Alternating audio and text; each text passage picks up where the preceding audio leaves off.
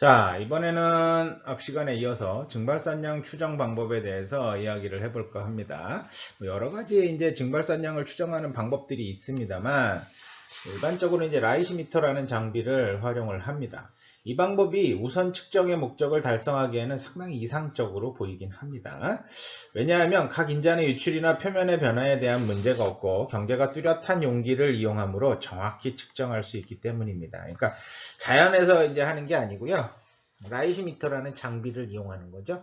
근데 뭐 쉽게 생각하면은 그냥 여러분들 알고 계시는 그 컵, 아니 뭐라 그럴까, 보울 같은 용기라고 생각하시면 돼요. 단 이제 양을 정확히 측정할 수 있도록 만들어져 있어야 돼서 일반 보울로 한다라는 건 쉽지는 않겠죠. 또한 이제 매일의 증발산율은 라이시미터의 무게를 정확한 측정이 가능하나 그 결과는 그렇게 정확한 것은 아니다라고 이야기를 합니다. 유역의 토성과 면적은 증발산 과정에 필요한 물과 에너지의 변형 없이 라이시미터 크기로 축소하기는 솔직히 불가능하죠. 근데 우리가 작은, 그러니까 뭐 몇십 헥타, 몇백 헥타 되는 그런 유역들이 있는데 우리가 불과 지름 뭐 몇십 센치 아니면 뭐 한 1m, 2m짜리를 작은 걸 가지고 대표한다라고 말하기는 조금 애매하긴 하지만 그래도 우리가 전체적인 경향을 볼 수 있는 그런 장비 중에 하나다라고 생각을 하시면 될 것 같아요.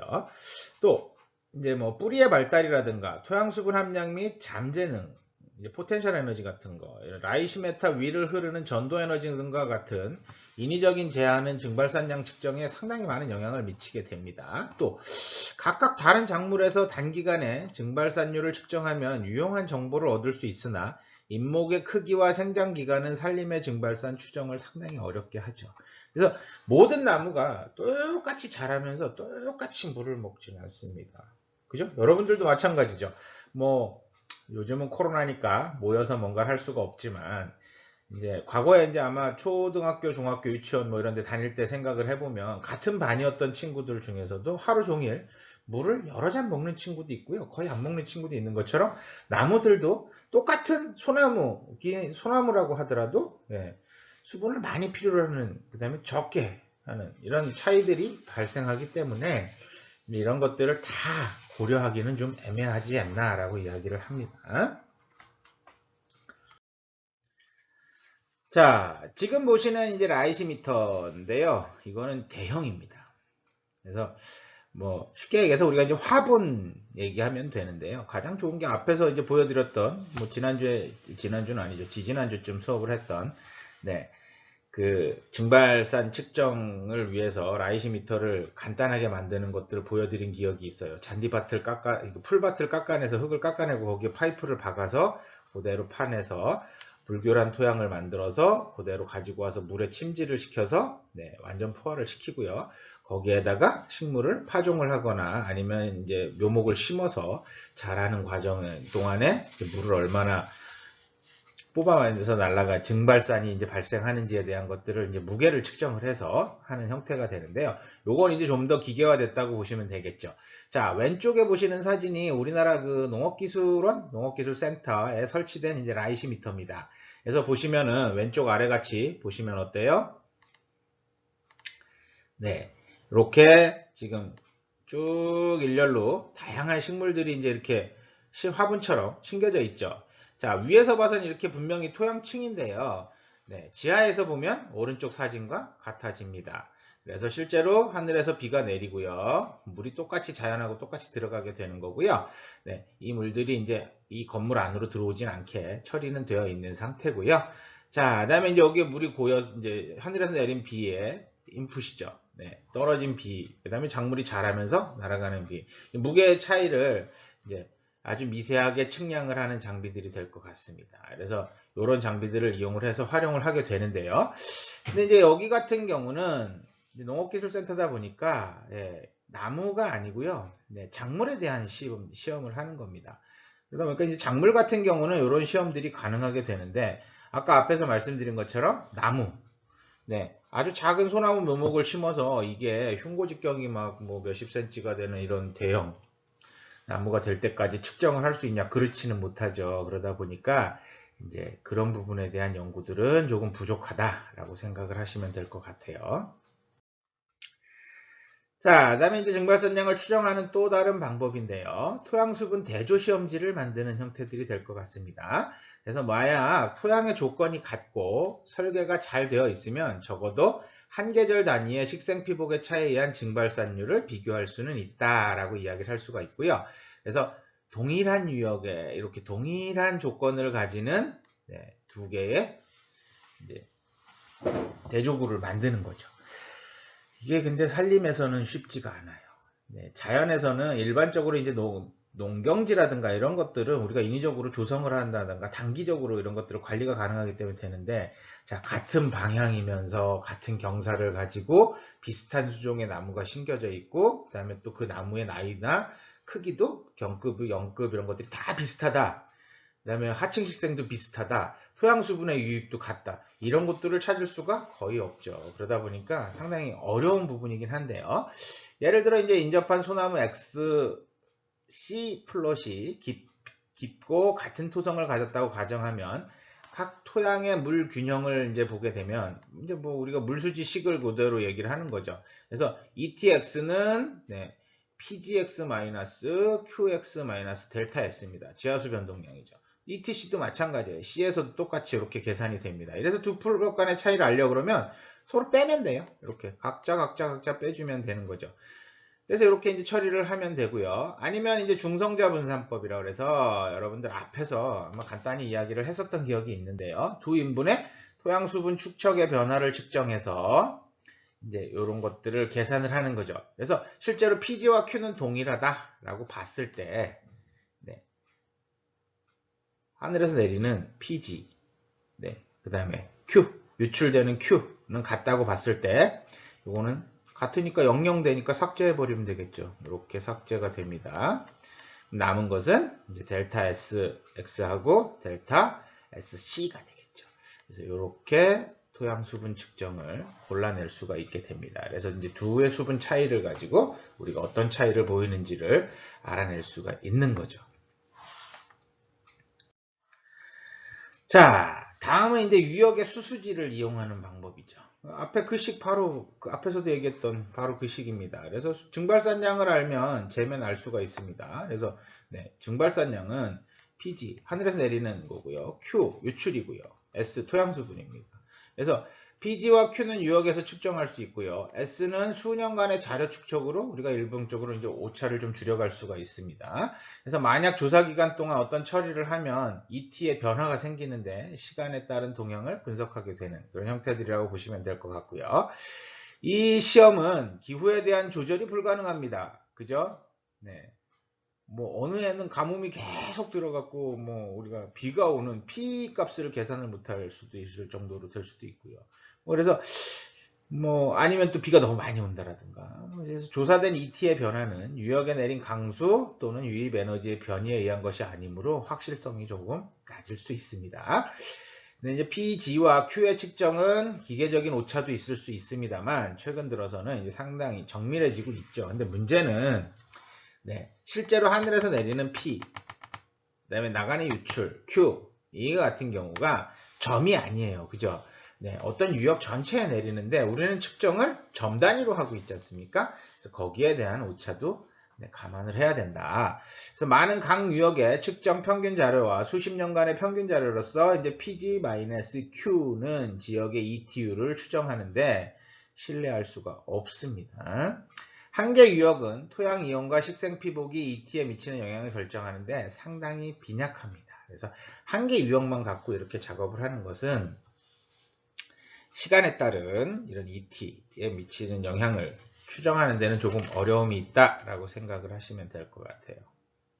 자, 한계 유역만 갖고 하는 게 너무 어려우니까 그러면 이제 대조 유역법을 쓰면 좋지 않을까? 그래서 이제 수수지의 어려움을 측정하는 데 도움이 된다라고 이야기를 하고요. 처음으로 이제 콜로라도의 웨건 휠 갭 익스페리먼트 시험 유역에서 사용이 됐습니다. 그래서 설치 목적은 결국은 증발산의 절대값을 결정하는 데 있는 게 아니고요. 두세 개의 다른 임상에서 ET의 차이를 규명하는 데 있습니다.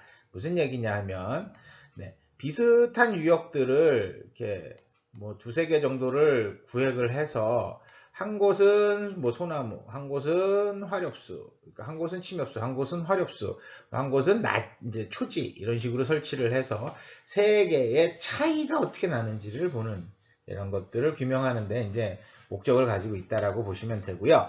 보통 두 개 인접한 유역은 뭐 한 25에서 50헥타 정도가 최적이라고 얘기를 하는데요. 우리나라에서 만약에 25에서 50헥타 정도의 유역을 비슷하게 붙여서 만들 수 있는 곳들이 생각보다 그렇게 많지는 않아요. 저희도 그 미동산에서 이제 그 연구를 진행하던 유역이 소유역이 한 15헥타, 14.5헥타 정도밖에 되지는 않습니다. 그러다 보니까 반응은 빠르고 뭐 이제 근데 이제 굉장히 오랜 시간 데이터를 모으면서 우리가 뭔가 자료를 좀 축적을 해서 거기에 대한 뭔가를 규명하려고 노력들을 하고 있죠. 자, 그래서 이제 이런 곳을 비슷하게 면적, 피복 상태, 방위, 계측기의 설치 용이도가 비슷하게 설정을 합니다. 그래서 우리가 한쪽은 대족으로 놓고 한쪽은 철익으로 놓고 이렇게 시험을 하게 되죠. 그래서 측정 기간 동안 측정 기간에 이제 변화는 없고요. 처리 기간 동안에는 유역 X에는 처리를 하고요. 유역 C에는 무처리를 해서 얘가 기본 대조구가 되는 거죠. C가. 그래서 무슨 얘기냐면 자, 무조건 처음에 만들어서 처리를 해버리면 유역과 유역의 차이를 알 수가 없죠. 유역 X와 유역 C의 차이를 먼저 알고요. 똑같이 비슷하게 설정을 했어도 네, 식생도 조금 정확히 똑같진 않지 않습니까? 그래서 두 개의 차이를 일단은 규명을 해야 되겠죠. 그래서 보통 몇 년에 걸쳐서 데이터를 변화를 봐서 유역 X와 유역 C의 유출량의 차이라든가 뭐 이런 것들의 차이들을 확인을 하게 되고요. 그래서 어느 정도 차이가 난다 라고 하고서 이제 대조구는 C는 내비두고 유역 X를 처리를 합니다. 처리를 해서 뭐 나무를 벤다라든가 간벌을 한다라든가 개벌을 한다라든가 이런 작업들을 해놓고 다시 몇 년 동안 데이터를 받아보면 이제 명확한 차이를 구분을 할 수 있게 되는 거죠. 그래서 그림으로 보면 이렇게 됩니다. 즉 대조 유역에서 지금 보시면 처음에는 두 개 다 같은 비슷한 면적의 이제 산림을 유지를 하면서 네, 이제 QX와 QC, 그 다음에 ETX, ETC, 그 다음에 하늘에서 내리는 이제 PG가 있을 테고요. 이렇게 해서 계산을 해보니까 QX는 뭐 50.8, 30.5, 59.7 이렇게 되고요. QC가 조금 더 양이 많죠. 네, 그죠? 한 10cm 정도, 10cm per year 정도 조금 더 많습니다. 그래서 요 정도가 차이가 있다. 그래서 그 유역 간에 네, 이렇게 우리가 식이 성립이 됩니다. 그래서 그러면 QC에다가 0.88배를 해서 마이너스 5.3을 해주면 네, 델타 QX가 우리가 계산이 된다. 네, 변이량을 계산할 수 있다라는 거를 이제 우리가 알 수 있게 되는 거죠. 그래서 이제 3개 정도 나온 거 보니까 한 3년 정도 한 것 같네요. 그죠? 그래서 이제 우리가 요 대조 유역, 이제 QX가 있는 X 유역을 산림을 초지로 전환을 하게 됩니다. 그래서 증발산과 물 생산량의 변화를 보는 거죠.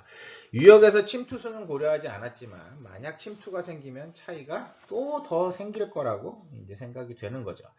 어쨌든 일단 우리가 이제 최대한 단순화시켜서 하게 되는 겁니다. 그래서 유역 X에서는 증발산량이 감소하는 것들을 알 수가 있고요.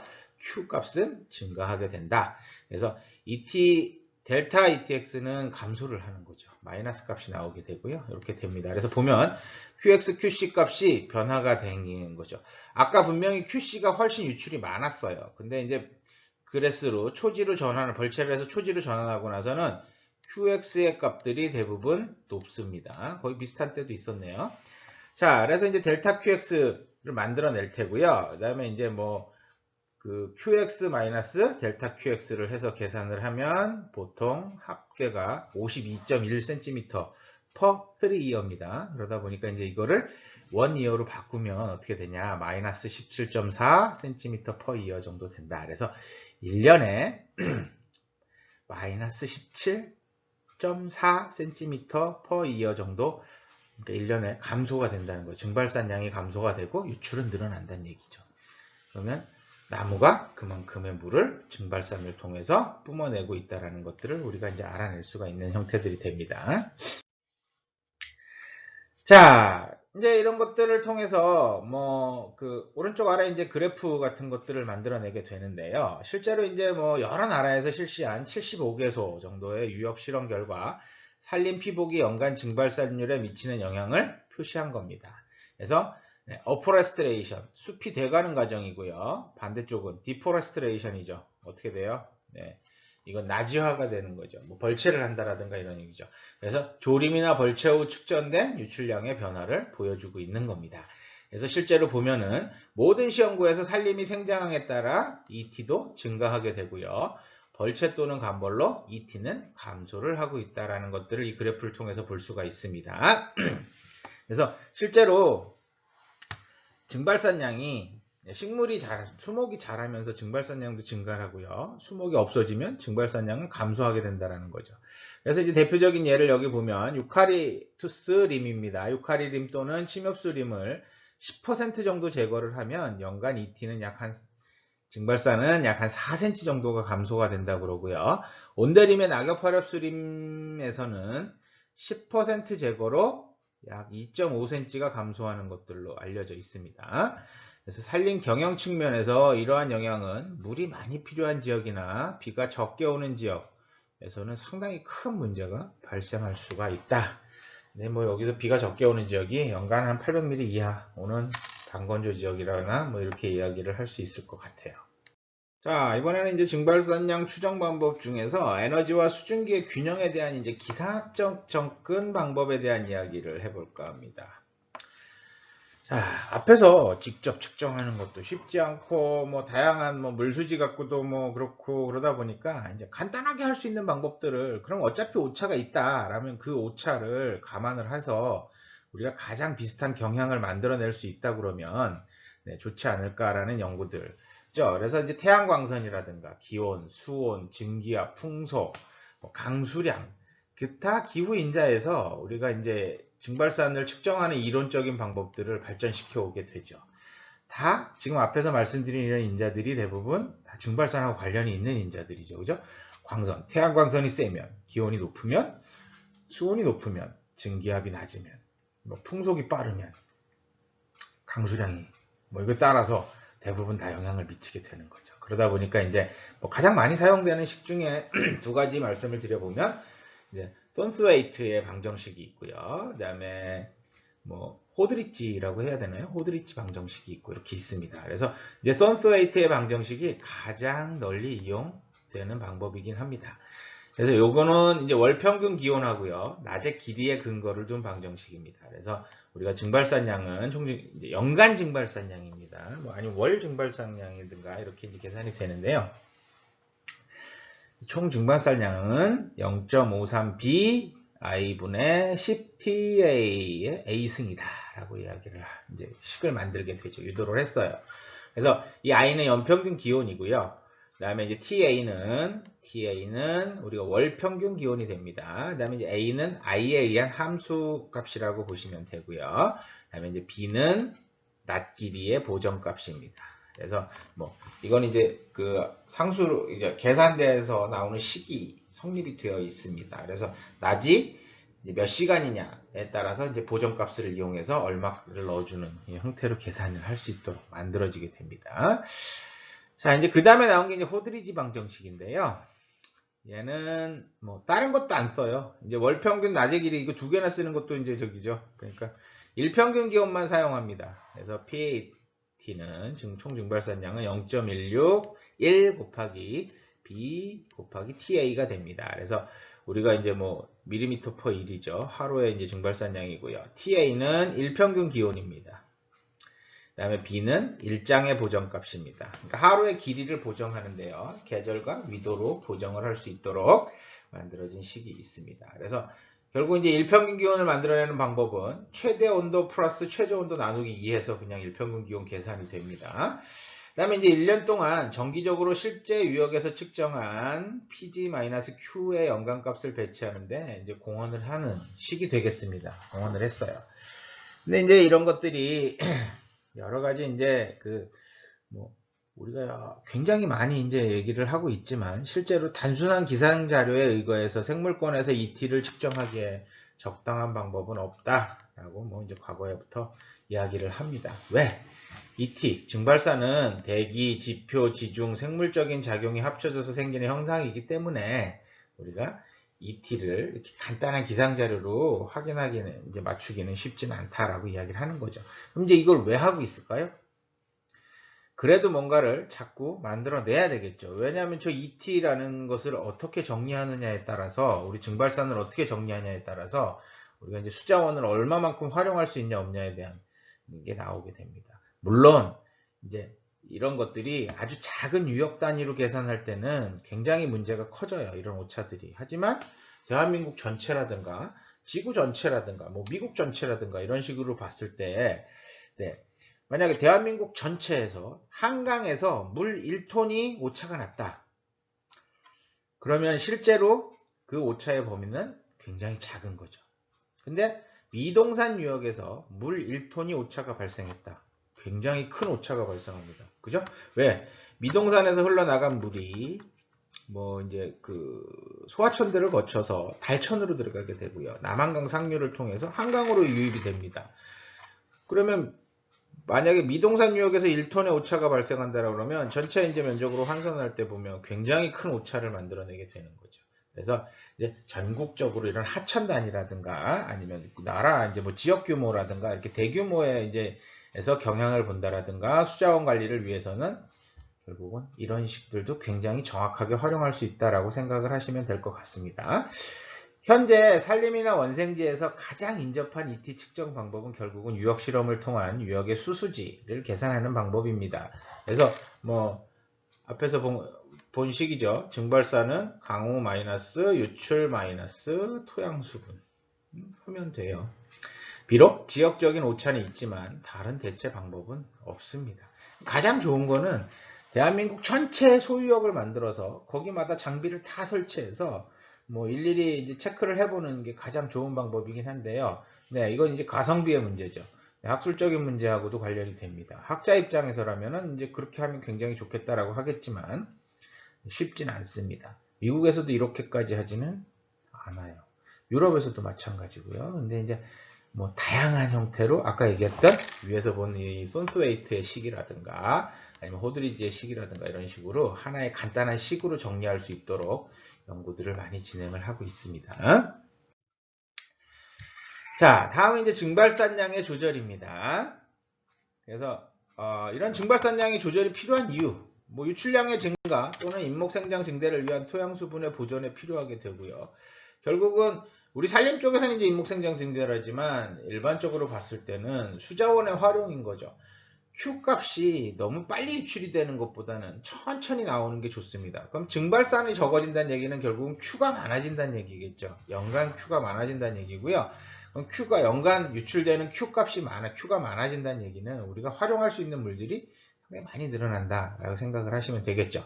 침엽수나 유카리 같은 산림 수종은 맑은 물이 필요하고요. 또 어떤 지역에서는 토지를 산림으로 이용할 수 없는 인자가 되기도 합니다.